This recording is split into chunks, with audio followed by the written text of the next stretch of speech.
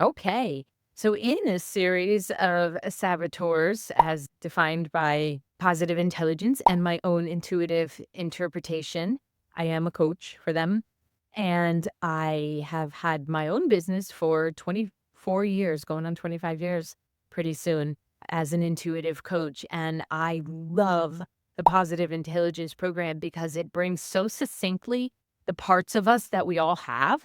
And I feel like could learn to love if we could just figure out what they are. So in this series, the one we're talking about today is the hypervigilant. So its name pretty much tells you what it is, right? You're on alert, often off balance, always looking for the thing that could go wrong. If you find yourself scanning for what might go wrong, even when things are going really well, that's the hypervigilant at work. It's the brain believing that constant worry is going to bring safety. Do you see a theme in this process of saboteurs? There our adorable brain is just looking for us to feel safe. It used to be really activated and needed for a lot of safety in wildness. And we just haven't evolved enough for it to be able to assess when that really is needed. So constant worry equals safety, that if you stay alert, you can stay in control. And as we learned in the controller saboteur, there is no control in life. There's response to life, there's action, there's choice. But we actually don't have any control over our life, except for what comes out of this thing. So if we could activate a little bit of that, that'd be great. But what's underneath the hypervigilant saboteur? It's a deep fear of loss and betrayal, like a nervous system just wired for survival. But what your sage knows is that, and your wisdom side knows that hypervigilance isn't going to prevent pain. It just prolongs anxiety. It just keeps it going. And it takes a situation that might have been 30 seconds and can make it, years for some people when they're really in the story. Maybe the victim saboteur has shown up too. All of these are pointing their way to us being in peace once we're able to recognize them and say, no, thank you. I know how to shift my brain.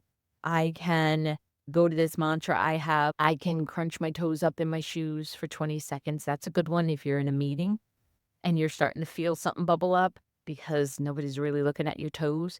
So push on the floor, try to find your middle toe, rub your fingers together, hands on your thighs is often helpful. So because the hypervigilant can feel so much anxiety, I like to have as many ways of turning that down and getting over into the right brain as possible. So what you also want to do is become very present, because if you're always scanning the horizon, you're living in the future. You're looking for that danger, right? So what you're going to ask is, what's safe and steady in this moment? It might be that you're breathing. It might be that. It does not have to be world peace because we're not there yet. What's safe and steady in this moment? In this moment, I have calmed down my heart rate. Good job. I am taking in oxygen.